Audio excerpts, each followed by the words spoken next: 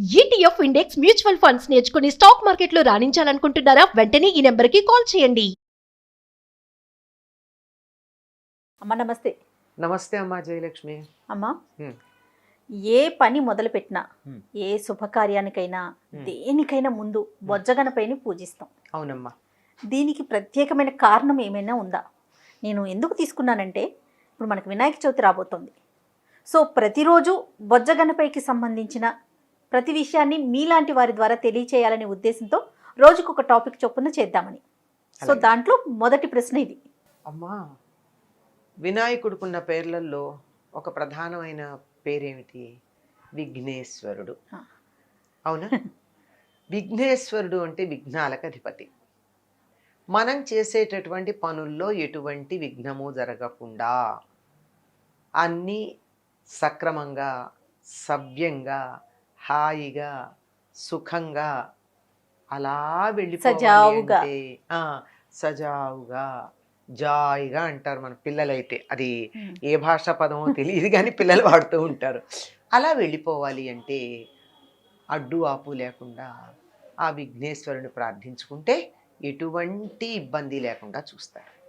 ఎందుకంటే సాధారణంగా మనం పూజాధికాలు ఏం మొదలుపెట్టినా కొన్ని దుష్టశక్తులు అడ్డుపడుతూ ఉంటాయి. అందుకే పూజ ప్రారంభంలో ఉత్తిష్టంతు భూతపిశాచాః ఏతే భూమిభారకాః ఏతేషాం అవిరోధేన బ్రహ్మకర్మ సమారభేత్ అంట. ఈ కొన్ని రకాలైనటువంటి ఉత్తిష్టంతు భూత పిశాచాః, భూతాలు పిశాచాలు మొదలైనటువంటివన్నీ అడ్డుపడుతూ ఉంటాయి. ఇవి అడ్డుపడతాయనడానికి మనకు ఉదాహరణ బోర్డు కనపడుతుందమ్మా.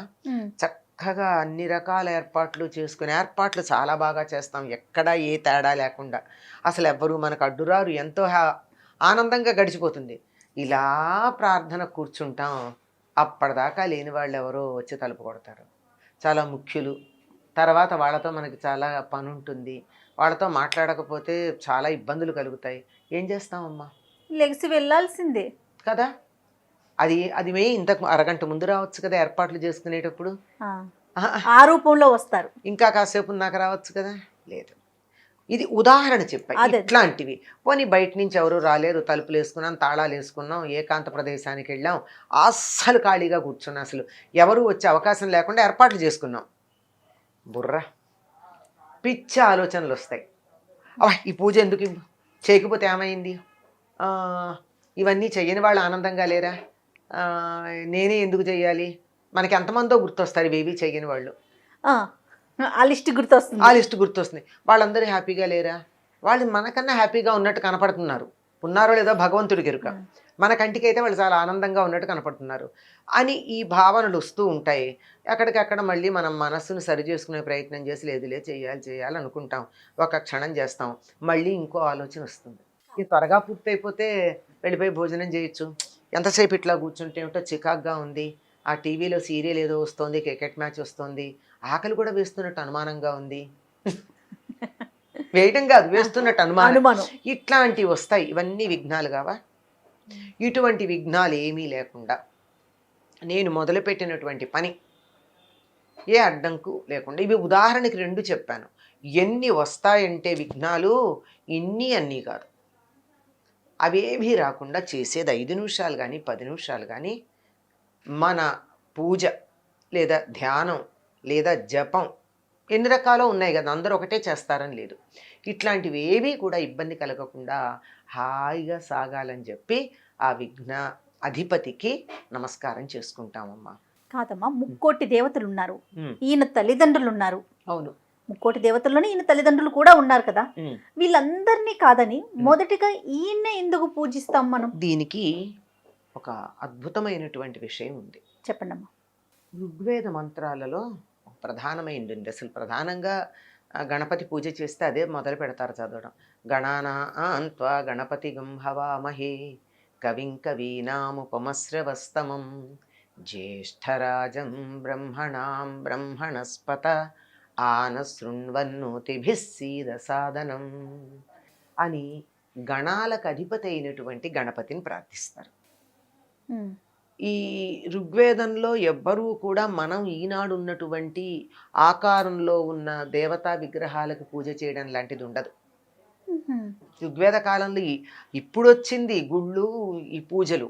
అప్పుడంతా కూడా ప్రకృతి శక్తులని దేవతామూర్తులుగా చక్కగా హోమాలు యజ్ఞాలు చేసి సంతృప్తిపరిచేవాళ్ళు. యజ్ఞం అంటే ఏదో జంతువుని తెచ్చి బలివ్వడం కాదండి. యజ్ఞార్థ క్రియ అంటే అర్థం వేరే ఉంది, ఇతరుల కోసం చేసేది అని. ఆ విధంగా చేసేటటువంటి దాంట్లో వరుణుడికి సంబంధించి ఉన్నాయి, అగ్నికి సంబంధించి ఉన్నాయి, ఇలా వాయువుకి, వీళ్ళందరికీ సంబంధించినవి ఎన్నో ఉన్నాయి. కానీ ఎవరన్నా ఇప్పటిదాకా ఉన్నారా? ఎవ్వరికీ అటువంటి ఆరాధన కనపట్టలేదే. ఒక్క గణపతికే కనపడుతుంది. ఏమిటంటే గణానాంత్వా గణపతిగం, గణములకు అధిపతివయ్యా నువ్వు. గణాల మీద ఆధిపత్యం అంటే గణం అంటే గుంపు, గుంపు మీద ఆధిపత్యం అంటే గుంపు చల్లాచెదరు కాకుండా ఏకోన్ముఖంగా పనిచేయడం. ఉదాహరణకి ఇక్కడే ఉన్నామమ్మా, మీరు అడుగుతున్నారు, నేను చెప్తున్నాను, అవునా? దీన్నంతా పాపం మహేష్ రికార్డ్ చేస్తున్నాడు. ఈ దీపాలు పెట్టేవాళ్ళు ఉన్నారు, సౌండ్ చక్కగా చూసేవాళ్ళు ఉన్నారు. ఇదంతా ఒక సమూహమేనా? ఈ సమూహం అంతా ఏం చేస్తోంది? ఇంత కలిపి ఎవరెవరు ఏం కనపడరు. ఇంకా ఎంతో మంది ఉన్నారు ఇందులో, కనపడేది 3-4. అసలు ఇంకా ఎంతో మంది ఉన్నారు. దీన్ని శుభ్రం చేసిన వాళ్ళు, సిద్ధం చేసిన వాళ్ళు ఎంతమంది ఉన్నారు. కొన్ని వందల మంది పనిచేస్తే ఇక్కడ ఈ 5 నిమిషాలు 10 నిమిషాలు మనం మాట్లాడుకోగలుగుతున్నాం. దీనికంతా అందరూ ఏకోన్ముఖంగా చేసి నా మొహం టీవీలో కనపట్టలేదు కనుక నేను చెయ్యను అనుకుంటే, నా పేరు అక్కడ వెయ్యరు గనక నాకేం అవసరం అనుకుంటే, వాళ్ళకు వచ్చినంత పేరు రాలేదు గనక నాకేం అవసరం అనుకుంటే, ఇట్లా అనుకోకుండా ఒక పని చేస్తుంటే నాకు పేరు వచ్చిందా లేదా, నన్ను ఎవరన్నా చూసారా లేదా, గుర్తింపు ఉన్నదా లేదా అని ఆలోచించకుండా అందరూ ఒకే ఒక కార్యం వైపు ఏకోన్ముఖం, అంటే ఒక్కదాని వైపే అందరికీ ఒక దృష్టి ఉండేటట్టుగా, వన్ టార్గెట్ ఉండేటట్టుగా పని చేయించగలిగిన శక్తికి గణపతి అని పేరు. గణపతి సమూహం మీద పెత్తనం గలవాడు. అందుకే స్వాతంత్రోద్యమ సమయంలో బాలగంగాధర తిలక్ ఈ గణపతి ఉత్సవాలను సామూహికంగా చేయడం అనేది పూర్వం ఉంటే, దాన్ని మళ్ళీ పునరుద్ధరించి మనం అక్కడొకళ్ళు ఇక్కడొకళ్ళు చేస్తే అంత బలంగా ఉండదు, అందరూ కలిసికట్టుగా చేస్తే బాగుంటుంది, కలిసికట్టుగా చేద్దామని అనడానికి సంకేతంగా ఒకప్పుడున్న సామూహిక గణపతి ఉత్సవాలను ఆయన మళ్ళీ చేశారు. అందుకే వాళ్ళు వినాయక మొదలైన పదాలు వాడరు. మీరు విన్నారా లేదా? ఉత్తర దేశంలో గణపతి అనే అంటారు. అంటే యూనిటీ. అన్ని రకాల గుంపులకి ఒక రకమైనటువంటి ఏకత్వాన్ని తీసుకొచ్చేటటువంటి శక్తి. అందువల్ల నేను చేసేటటువంటి పని ఏది ఉందో, అది పూలు కావచ్చు, నైవేద్యాలు కావచ్చు, విగ్రహాలు కావచ్చు, అగరవత్తులు కావచ్చు, ఇంకోటి కావచ్చు, ఇవన్నీ అందించిన వాళ్ళు కావచ్చు, ఇవి ఏది చేసినా అంతా కూడా మా అసలు పని ఏదైతే ఉందో దానికి సహకరించేటట్టుగా ఉండేట్టుగా చూడవయ్యా అని చెప్పి గణపతిని ప్రార్థిస్తారు. ఈ గణపతి పార్వతీ పరమేశ్వరుల కుమారుడుగా ఒక అవతారంలో వచ్చాడు గాని, ఈ అవతారంలో రావడానికన్నా ముందు ఆయన ఉన్నటువంటి గణపతి ఆయన ఏ అవతారంలో ఉన్నారమ్మా? అప్పుడు ఎలా ఉన్నారు? అసలు గణపతికి వాటికి రూపురేఖలు లేనట్టుగానే మనకు కనపడతాయి కదా, అట్లా ఉన్నట్టుగా ఉంటాయి. ఆ తరువాతి కాలంలో వచ్చేటప్పటికి ఇవన్నీ వస్తాయి అన్నమాట. అందుకని ప్రతి పూజలో, ప్రతి శుభకార్యానికి మీరు గమనించారో లేదో, మనం వినాయక చవితి పూజ చేసేటప్పుడు కూడా విగ్రహం పెట్టింది కాక పసుపు వినాయకుడిని పెట్టి ఆదో నిర్విఘ్న పరిసమాప్త్యర్థేన మహాగణాధిపతి పూజాం కరిష్యే అని చెప్పి ఆ పసుపు గణపతికి పూజ చేశాక మట్టి గణపతికి చేస్తాం. తేడా ఉంది కదా. ఈ మొదట ఆయనేమో విఘ్నాలకు అధిపతి అయినటువంటి వాడు, తర్వాత ఆయనేమో మిగిలినటువంటి అంశాలన్నిటికీ సంబంధించింది. ఇన్ని రూపాలు ఉన్నాయి ఆయనకి. కాబట్టి ముందుగా మనము ఏ శుభకార్యానికైనా ఆయన పూజతో మొదలు పెట్టాలి. విఘ్నాలన్నీ తొలగిస్తారు కాబట్టి. అంతేనమ్మా? అంత విఘ్నాలు ఏమీ లేకుండా అనుకున్న పని అనుకున్నట్టు సాధించేట్టుగా సహకరిస్తాడు. రైట్. థ్యాంక్ యూ అమ్మా. నమస్తే. నమస్కారం అమ్మా.